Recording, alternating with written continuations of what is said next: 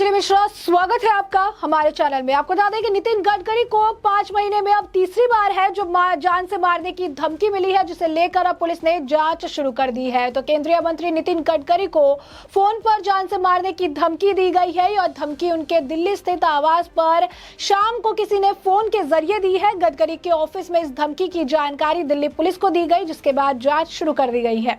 Delhi police के सूत्रों ने इसे लेकर यह बताया कि अभी तक धमकी देने वाले की जानकारी नहीं मिल सकी है और इस मामले में गंभीरता से जांच की जा रही है और जल्द ही आरोपी को तलाश कर लिया जाएगा। नितिन गडकरी को जान से मारने की धमकी पिछले 5 महीने में तीसरी बार ये मिली है। इससे पहले 14 जनवरी को महाराष्ट्र के नागपुर स्थित नितिन गडकरी के जनसंपर्क कार्यालय में माफिया डॉन दाऊद इब्राहिम के नाम से फोन कर धमकी दी गई थी। फोन करने वाले 1.5 घंटे में 3 बार फोन करते हुए धमकी देने के साथ ही 100 करोड़ रुपए की रंगदारी मांग रहे थे। वहीं नागपुर पुलिस ने धमकी देने वालों के नंबर को कर्नाटक के बेलगांव की एक जेल से ट्रेस कर दिया था। धमकी देने वाले का नाम जयेश पुजारी उर्फ जयेश कांता बताया गया। इसके बाद गडकरी को 21 मार्च को दोबारा फोन पर जान से मारने की धमकी दी गई। धमकी भरा फोन मिलने से नागपुर ऑफिस में ही किया गया था। तब भी धमकी देने वालों ने अपना नाम जयेश पुजारा ही बताया था। उससे कहना था कि पिछली बार जो नहीं हुआ वो इस बार हो जाएगा। तब 100 करोड़ रुपए नहीं दिए, इस बार 10 करोड़ रुपए ही दे दो। नागपुर पुलिस की जांच में धमकी देने वाला फोन नंबर इवेंट मैनेजमेंट का काम करने वाली एक लड़की का पाया गया था। उस लड़की का दोस्त जयेश पुजारा के साथ जेल में ही बंद था। नागपुर पुलिस की जांच के मुताबिक जयेश पुजारा उर्फ जयेश कांता कर्नाटक पुलिस का हिस्ट्री शीटर है। उसे हत्या के एक मामले में फांसी की सजा सुनाई जा चुकी है। फिलहाल वो कर्नाटक के बेलगांव इलाके की हिल्डागा जेल में बंद है, जहां ऊपरी अदालत में अपील लंबित होने से उसकी फांसी को स्थगित रखा गया है। पहली बार नितिन गडकरी के नागपुर ऑफिस पर फोन हिंडागला जेल से ही किया गया था। ऐसे में आइए आपको ये भी बता देते हैं कि नितिन गडकरी ने क्या कुछ काम किया है, जो मंत्रालय उनके पास है और क्यों उन्हें जान से मारने की धमकियां हमेशा मिलती रहती है, क्योंकि वो इतने सारा काम वो कर रही हैं जिससे कई लोगों को परेशानी है। सबसे पहले मुंबई पुणे एक्सप्रेसवे के निर्माण में तेजी लाने में महाराष्ट्र के पीडब्ल्यूडी मंत्री के रूप में गडकरी की भूमिका महत्वपूर्ण थी। महाराष्ट्र सरकार ने 1990 में नए एक्सप्रेसवे के लिए व्यवहार्यता अध्ययन किया, जो टोल के आधार पर संचालित किया जाएगा। लेकिन जब तक गडकरी ने पीडब्ल्यूडी मंत्री के रूप में पदभार नहीं संभाला, तब तक इस परियोजना के निर्माण में तेजी नहीं आई थी।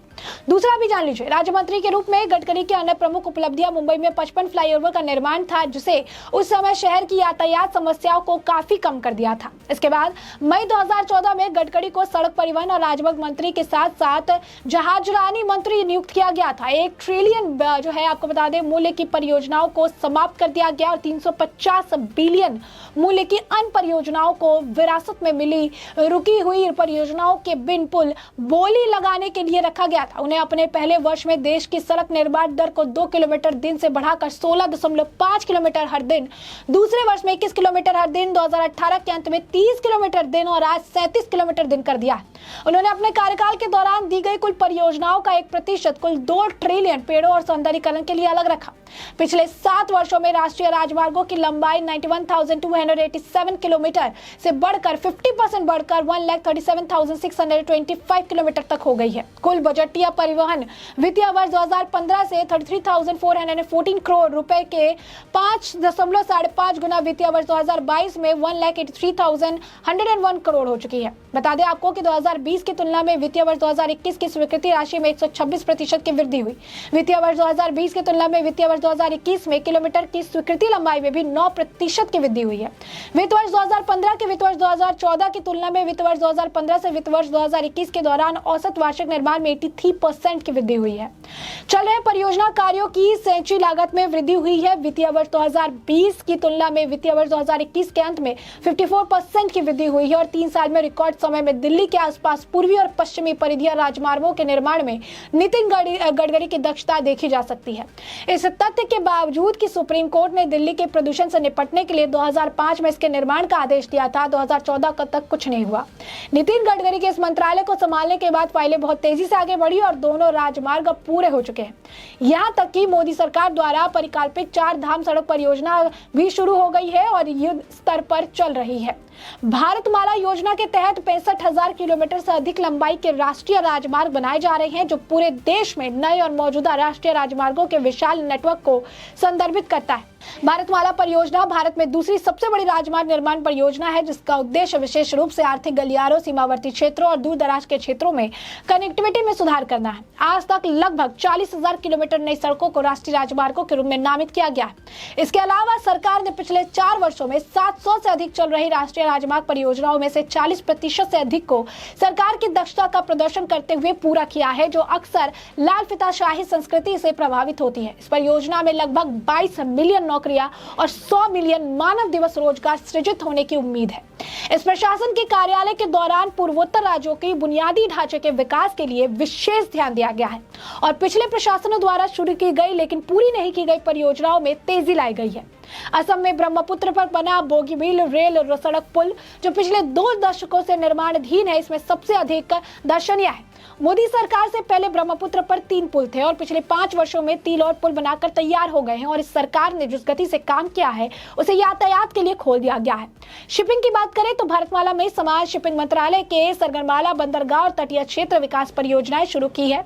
सागरमाला कार्यक्रम के हिस्से के रूप में 2015 से 2035 के दौरान कार्यान्वयन के लिए 574 से अधिक परियोजनाएं लागत 6.1 लाख करोड़ रुपए की पहचान की गई है। बंदरगाह आधुनिकीकरण और नए बंदरगाह विकास, बंदरगाह संपर्क वृद्धि, बंदरगाह से जुड़े औद्योगिकरण और तटीय समुद्र के विकास के क्षेत्रों में 30 सितंबर 2019 तक की अगर बात करें तो कुल 121 परियोजनाएं पूरी हो चुकी है और 2001 परियोजनाएं लागत 309 और 64 करोड़ रुपए कार्यान्वयन के अधीन है। कुल लागत में शामिल है पोर्ट आधुनिकीकरण की बात करें तो 245 परियोजनाएं जो कि 21 बिलियन अमेरिकी डॉलर, कनेक्टिविटी वृद्धि 210 परियोजना जो कि 36 बिलियन अमेरिकी डॉलर का कॉस्ट है वो भी पूरा किया गया। बंदरगाह से जुड़ा औद्योगिकरण 57 योजनाएं जबकि 68 अरब अमेरिकन डॉलर खर्च किए गए।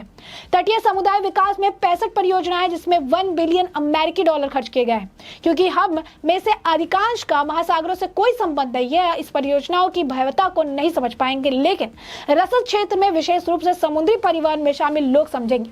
अंतर्देशीय जलमार्ग में सरकार ने परिवहन के साथ साथ यात्रियों की आवाजाही के लिए देश में व्यापक नदी नेटवर्क का उपयोग करने और तदनुसार जलमार्ग विकसित करने का निर्णय लिया था। भारतीय देशीय जलमार्ग प्राधिकरण IAAI जो कि 1986 से अस्तित्व में था, मोदी प्रशासन के दौरान अस्तित्व में आया।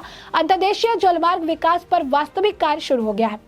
पहला कनेक्टर जहाज हल्दिया पश्चिम बंगाल से वाराणसी उत्तर प्रदेश के लिए रवाना हुआ।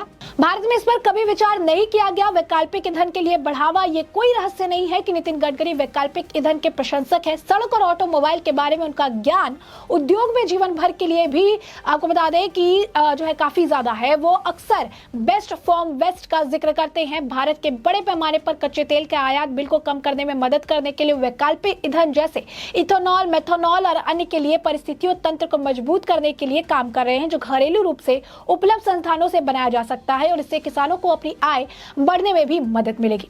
और इसी के साथ कई ऐसे काम है जो नितिन गडकरी के मंत्रालय, अलग अलग मंत्रालय संभालने के साथ उन्होंने किए हैं। ऐसे में आप स्पष्ट तौर पर समझ पा रहे होंगे कि नितिन गडकरी अपने काम को लेकर कितने ज्यादा डेडिकेटेड है। और इस तरीके से जब काम किया जाता है, और जैसा कि उन्होंने पूर्व में एक बयान भी दिया था कि अगर जिस स्पीड से भी काम हो रहा है उस स्पीड से काम होता रहा तो वो वक्त दूर नहीं जब हम अमेरिका को भी टक्कर देंगे। और यही कारण है कि जिस तरीके से भारत आगे बढ़ रहा है, विश्व गुरु बनने के लिए तैयार है और जिस तरीके से डेवलपमेंट की रफ्तार है, इससे कई लोगों को परेशानी हो रही है और इसी वजह से नितिन गडकरी को टारगेट किया जा रहा है। और यही कारण है कि 5 महीने में तीसरी बार उन्हें जान से मारने की धमकी दी गई है।